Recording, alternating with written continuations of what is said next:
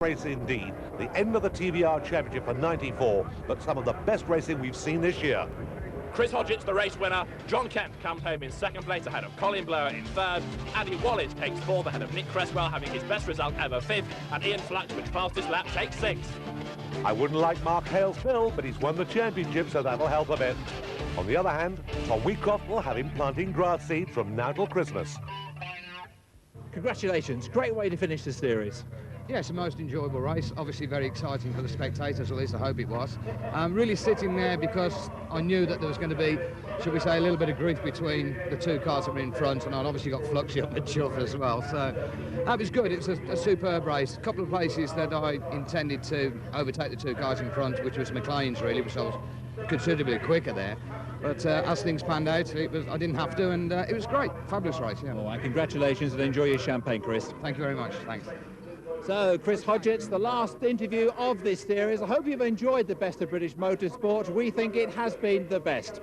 So from all the production team, the commentators and myself, goodbye and drive safely.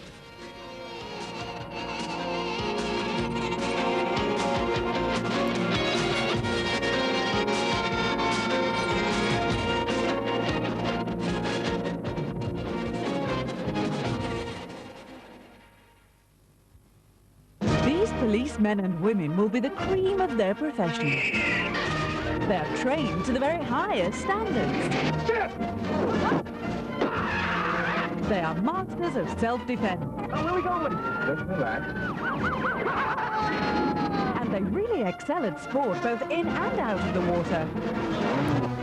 They're here to protect and serve. They're the students of Police Academy 3, this Friday, 8:30.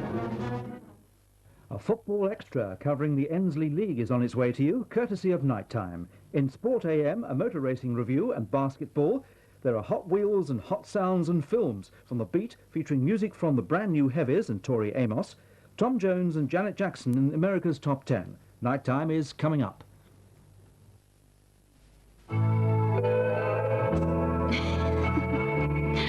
I'll never forget the day Frankenstein turned up on my doorstep.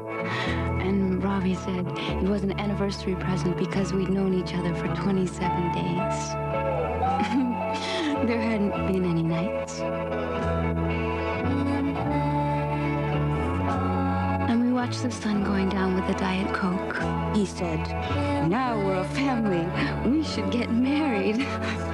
The Passion Springs Motel had one room left, with one double bed and one single. You have a good time, just call friends. You really have a good time and make new friends. 0891 24 24 24. Celebrate with a drop of bubbly, sprinkling of peanuts, some smoky bacon crisps, a pint of lager, tandoori chicken, top up with lager, lime, pickles, a couple of poppadoms, 2 coffees, a couple of brandies, and give it a whirl. It's your body's way of telling you you could use Alka-Seltzer. Original Alka-Seltzer, all lemon flavor, specially made for fast relief from headaches with upset stomach. Put a little pling-pling fizz in your life. Someone has 1,000 ideas for Christmas.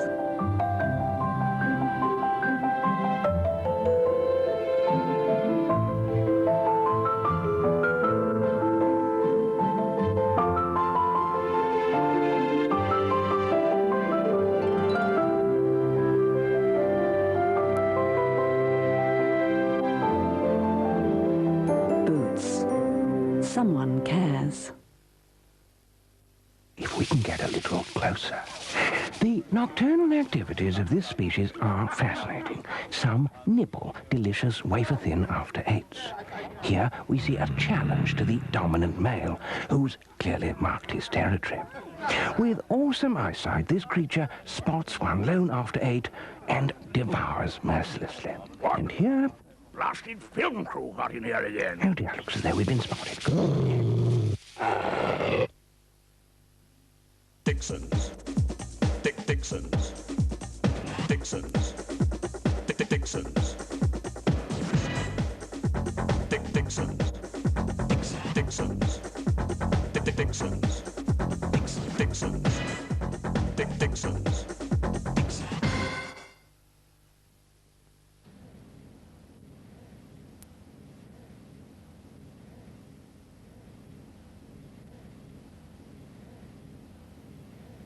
John Smith's bitter has a unique, full-bodied flavour.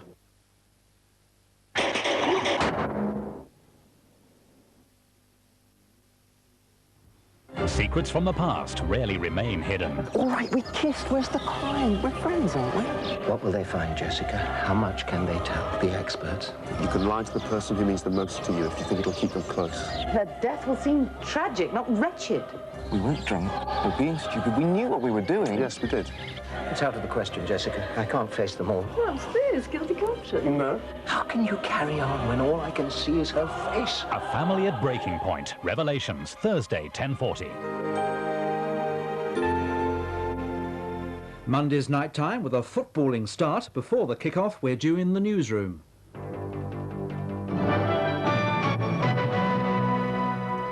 Scotland has begun the painful task of digging itself out from under several inches of water and mud after the country's worst floods in 30 years. 3 people, 2 teenage boys and a 35-year-old man are missing. The worst hit areas are Paisley and parts of Glasgow. I don't know what is going to be saved. And I'm more worried about the Christmas presents for the children.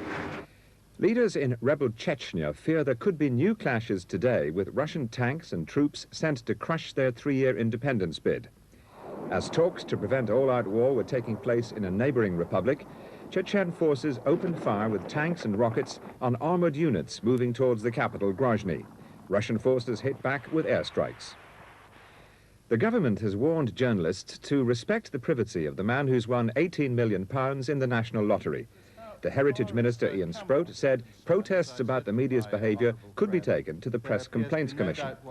2 newspapers withdrew the rewards they'd offered to try to find the lottery winner. They said they'd heard he wished to remain anonymous.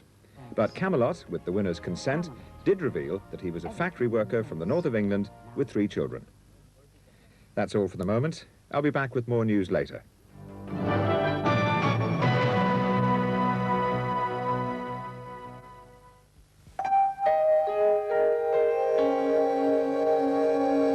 Weekend Soccer features a competition and a classic game from the past.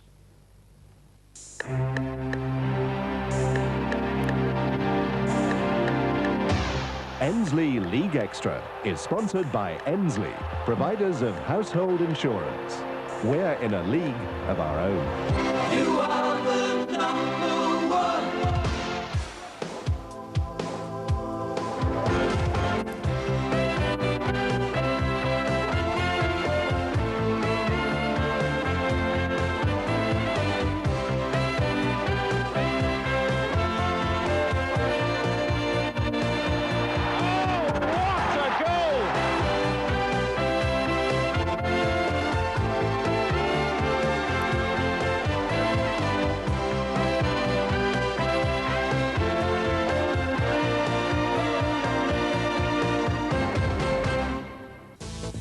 Once again, it all adds up on Endsleigh League Extra. On the way, 81 goals. A week's a long time in this game. Which way now for football's tall guy, Kevin Francis? After Spurs and Sugar's great escape, they've turned sour at Swindon. And it's back 18 years to Stamford Bridge and a hair-raising afternoon for Ray Wilkins. They're playing it back and playing it too short. Wilkins is in there, and it's over there. But first, in the city of Sheffield, United fans have been put through something of an endurance test recently. After relegation came the chairman's decision to put his stake in the club up for sale. And this week, when Leicester City approached Dave Bassett, many fans thought they'd seen the last of their manager as well.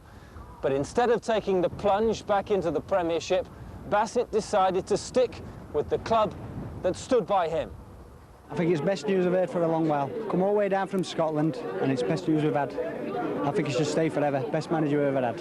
I think he's done very well for the money that he's had, and I think the fans really want to get behind him. I think it's with the backing of the fans at this stage. He's got a fanatical support here. Fanatical support. I tried to analyse the present position in terms of Dave Bassett and the position with the club and the sort of respect with the fans, that I had to look at everything overall. And really, as I say, after having discussions with the chairman, you know, I gave my own personal situation careful thought and, you know, after consideration decided, yes, I didn't really want to be considered for the Leicester job. There was no point in me going to talk to Leicester, you know, hypothetically. Which surprised many. Relegation in the final minute of the last game of last season was a massive personal blow to Bassett. The financial implications for United have been drastic. Bramall Lane has been a three-sided ground since the summer, after the bank forestalled on money for a new stand, and the supporters' anger peaked last month when Chairman Reg Brealey announced he was selling his majority stake in the club. Yet Bassett's standing as the most popular Cockney in Yorkshire has never been in question. The Sheffield people and Yorkshire people have taken him to their heart because he's a worker and he's a grafter, and his teams are.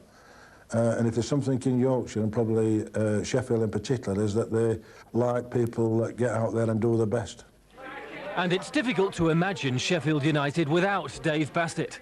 His unique football philosophy surrounds everyone at Bramall Lane, and the upheaval for players and coaching staff, if he had left, would have been immense. You know, I ask for loyalty, and I think, as I said earlier, I think it's a two-way thing. And I've been